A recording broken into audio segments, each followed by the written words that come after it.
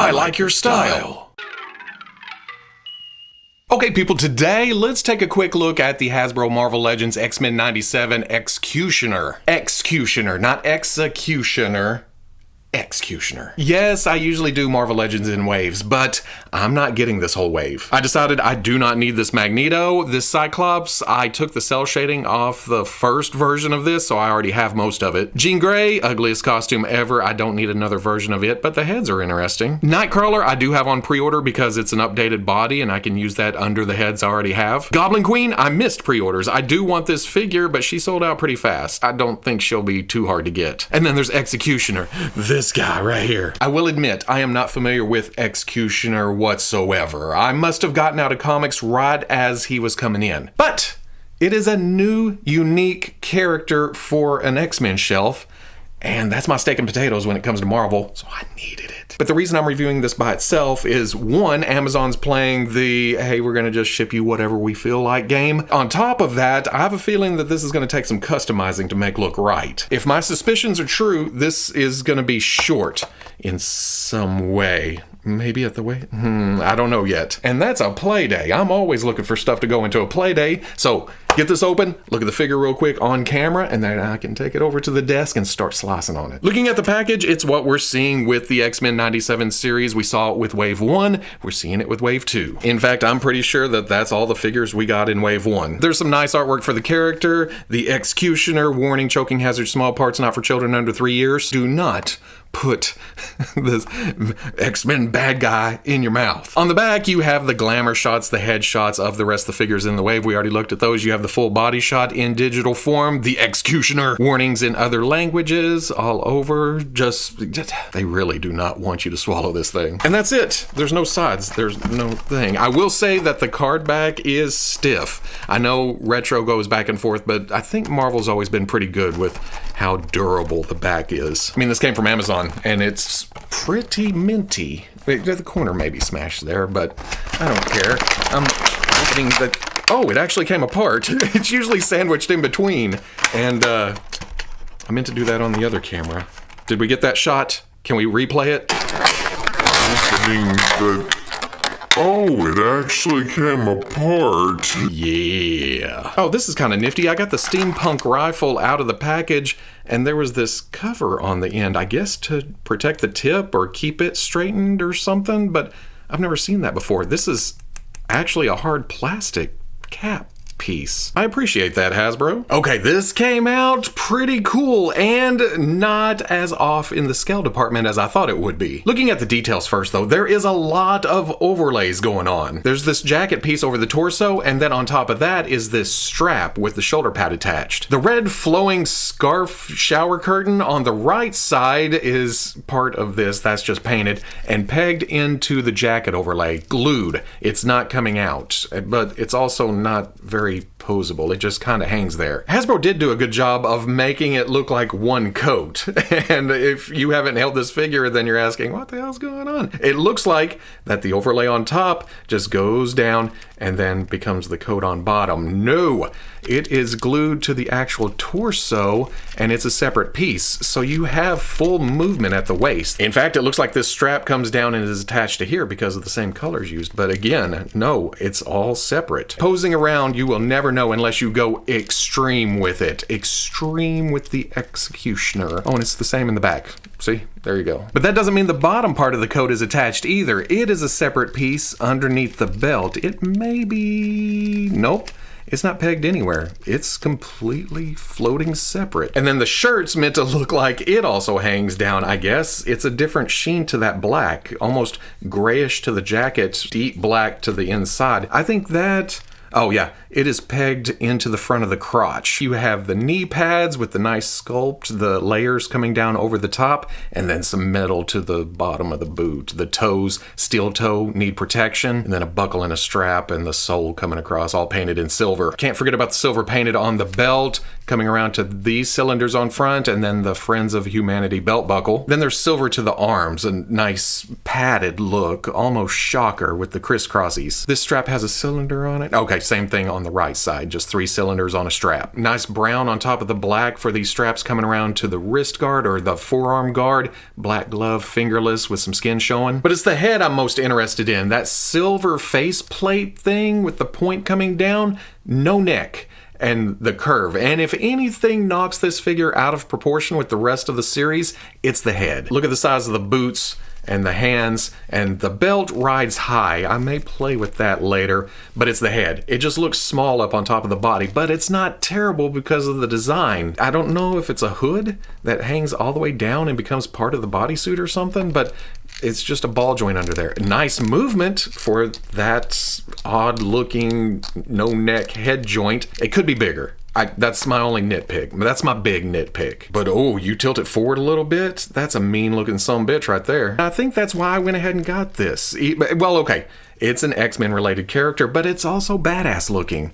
I don't know a damn thing about X-Cutioner, but it looks like he's just walking down the street kicking ass, taking names. Or maybe he was a complete failure at doing his whatever. In my lore, on my shelf, he's gonna look pretty sweet. Pushing down on the belt, and it is not going anywhere. It almost feels like there's a stop there. Like, it does go inside. Okay, yeah, there's a peg on the back. That's not pegged into anything, it's just a stop. It's meant to sit on top of the lower layer. Articulation-wise, I do believe there is just a ball joint or maybe a dumbbell up under the neck. You cannot make him look up enough to expose anything. Not that he can look up super high, but then there's looking down. Not bad tilt, especially for not having any neck. Are there mutants this way?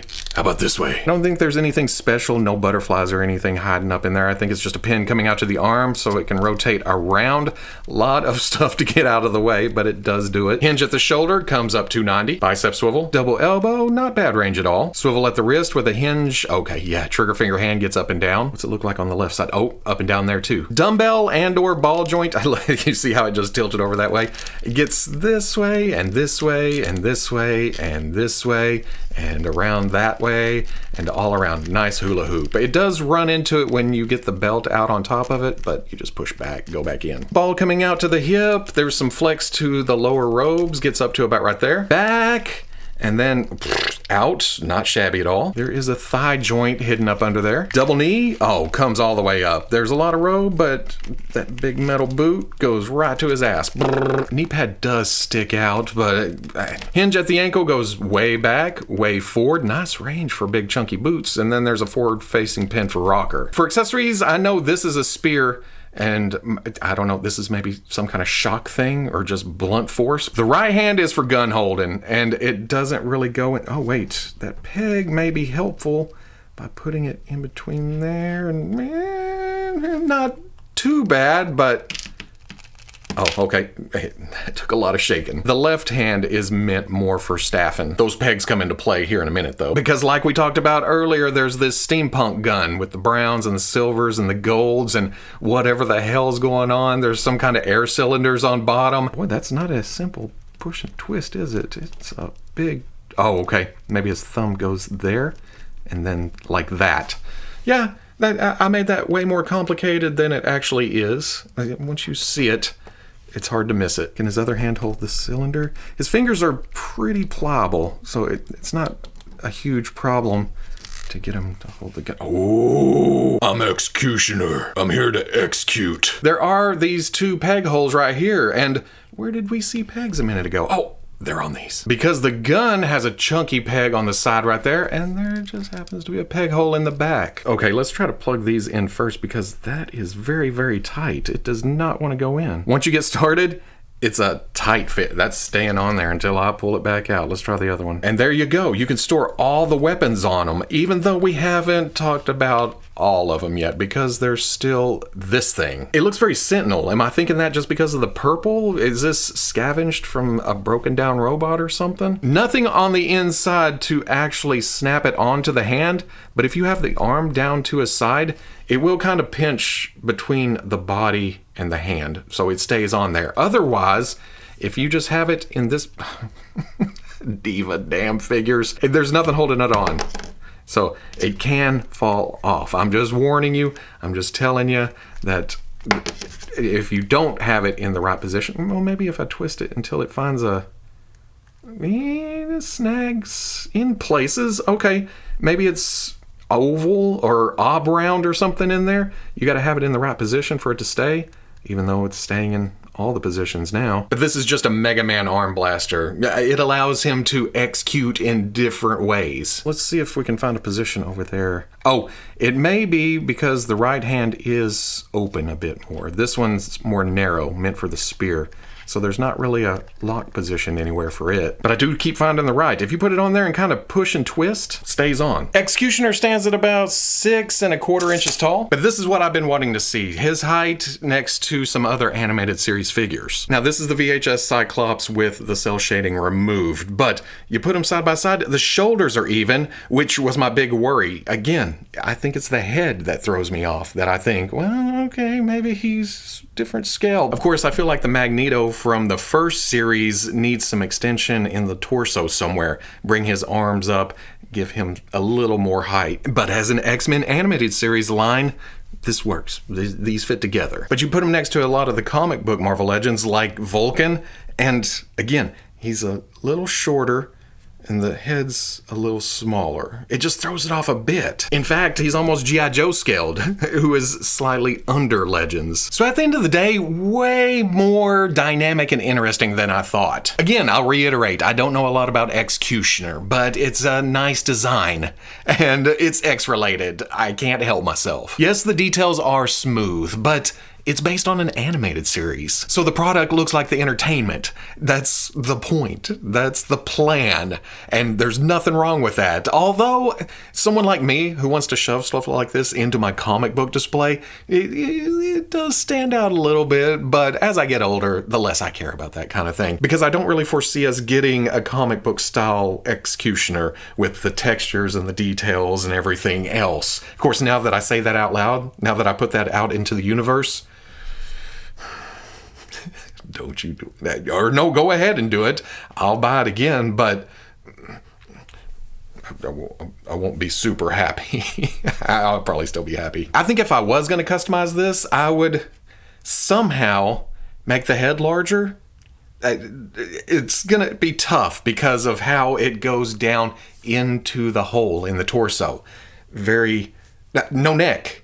So if you were to make the head bigger, you couldn't make the base bigger. You'd have to expand it out, and then it would look very straight up and down. Well, I guess you could make the angles less and then come up to the curve of the top of the head. And then it's not like it's a tough paint job. If you printed one in black resin and then just painted the silver and the white eyes, popped it on the ball joint down in there, that wouldn't fix the high belt, but that would bring him into size with the rest of it. But if I never get around to doing that, I'm also okay with this standing on the shelf next to all the other comic book characters.